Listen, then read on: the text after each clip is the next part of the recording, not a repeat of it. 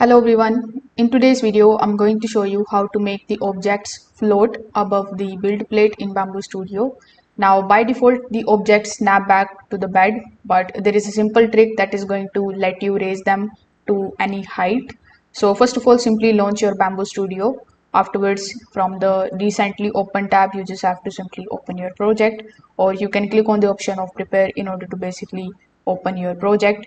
If needed, you can use the rotate or the move tools in order to roughly position the object where you want it before erasing it. So as you can see, I have this particular egg available on the plate, but here you can't move this particular object only. You need to first of all select it and make sure that you have another object available here too. So let's say I've added this particular cylinder object over here. So I'm going to keep both of these just like so. Now, once you have it, you just have to simply first of all hover over to the left hand side and click on the option of objects. Over here, you will be shown the list of all of the objects, like we have the egg, then we have this particular cylinder available. So you just have to simply click on the objects over here and then you need to select them all. Afterwards, you just have to right click on it and then you just have to simply click on the option of merge. So when you have merged the object, you just have to wait for some time.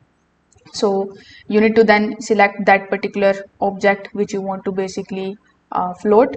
So after selecting the object from the objects list here in the left hand side, you just have to first of all just simply hover over to the move tab and then click on it.